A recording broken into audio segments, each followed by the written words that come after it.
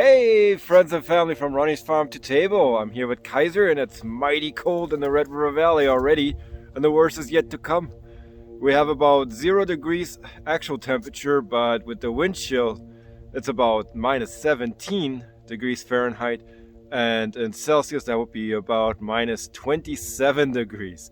Mighty cold, and I have to do some work outside. That's why I'm extra heavily bundled up, because I'm probably going to be outside for a couple hours cutting some of the straw, so we have some ready for this week and next week coming up. So, and Kaiser, you're going to go back inside, my boy? Yes, I know I smell like bacon again. I like my bacon in the morning. Alrighty, lots to do. Let's get to it.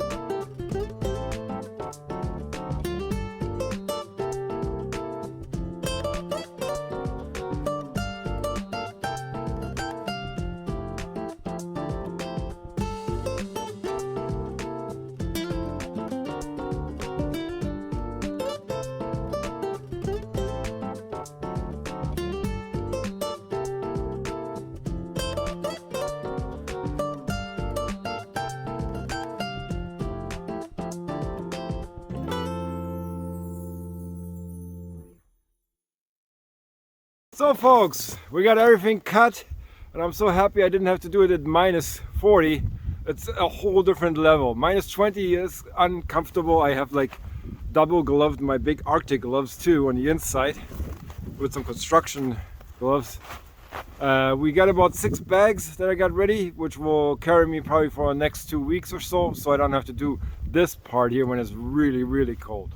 I'm gonna put those inside, get cleaned up a little bit too. All the dust and frozen is all over my face. I could feel it. So I'm gonna go quick inside, get cleaned up, put the bags in, and then we're gonna clean up the barn a bit. So see you inside the barn.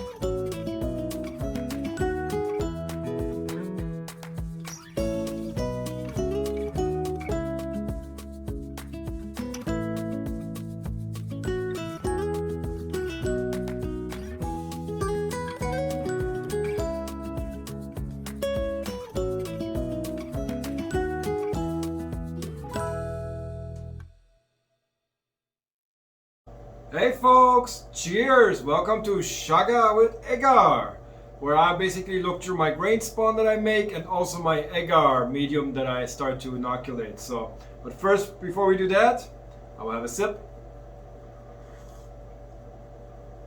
Great stuff.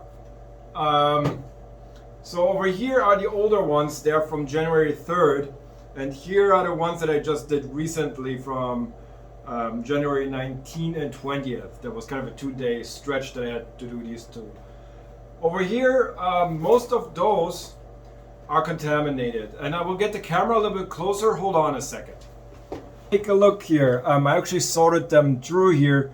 These are the grain spawns that I made on January 3rd. We have several varieties here, and I only see 3 good jars, which are okay up here. The rest has contamination on it. Let me find a good one. Here's a wonderful example. So there's another potential contamination that I see popping up here. This is this pink area.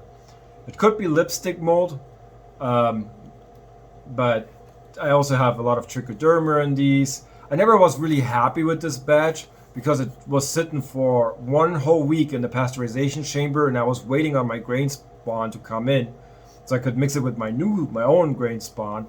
and it just wouldn't come. It was right before New Year's Day. So here you see the different contamination in this one, and all of them here on this end have a bit of contamination. Here is the Agar mix that I made, and let me see. This one is from January 3rd, and there's not too much activity going on, so I'm probably gonna let it rest for a little bit longer and probably give it a month or so. It's coming up there pretty soon. Not the happiest about the slow development on these. Let me show you the one that's amazing. Here, this one was from January 12th, and look at it. It's like a whole thick layer of mycelium on it and no contamination, which is really, really awesome. I really like that. But with the good comes also with the bad, and here we have another one. Had a really good inoculation happening, but you can see there on the left to you guys, there is contamination. It's a green trichoderma growing on there. Happens. And the rest is not as far developed. Alrighty, so these are the old ones. Let's check up on the new ones that I recently made, which I have a really, really good feeling about. So here we are on the batch that I made on January 19th and 20th. Let's go first through the grain spawn. And it's looking pretty good.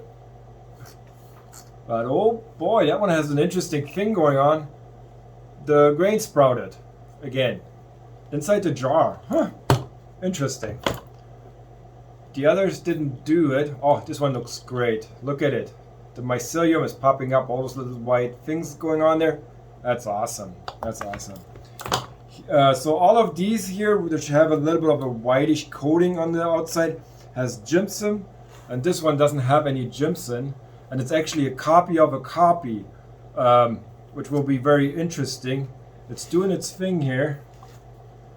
The mycelium is spreading, and it will be very interesting to see the comparison between from a grain spawn to these grain spawn, and then from a copy of a copy basically. Let's see how this is going to develop over the next couple weeks. The rest looks pretty good. Let's check up on the Agar over here.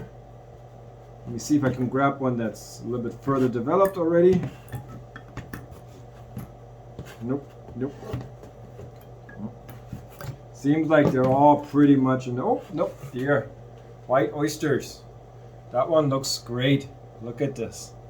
Already very, very happy there. I will let it grow a little bit longer, probably another week, before I do another grain spawn batch. Here is the Puhu mushrooms. They're doing a good job of colonizing here as well.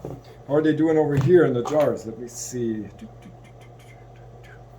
Oh, that's those guys. Yeah, that one is a little bit too cloudy to see how active it actually is. We will see. We'll see. The next couple of days and weeks will tell what's going to go on here. So that was the update from the grain spawn and the Agar.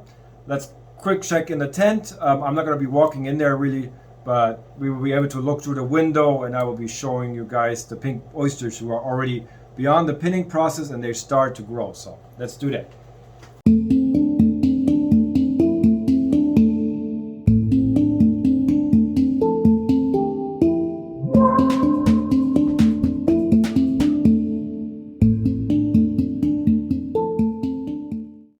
Hey folks, I'm here with little Gracie and she's doing wonderful, and the kittens are back together. They're playing with each other, which is awesome. So that's it for today. Thanks for watching. I will see you guys tomorrow. Bye.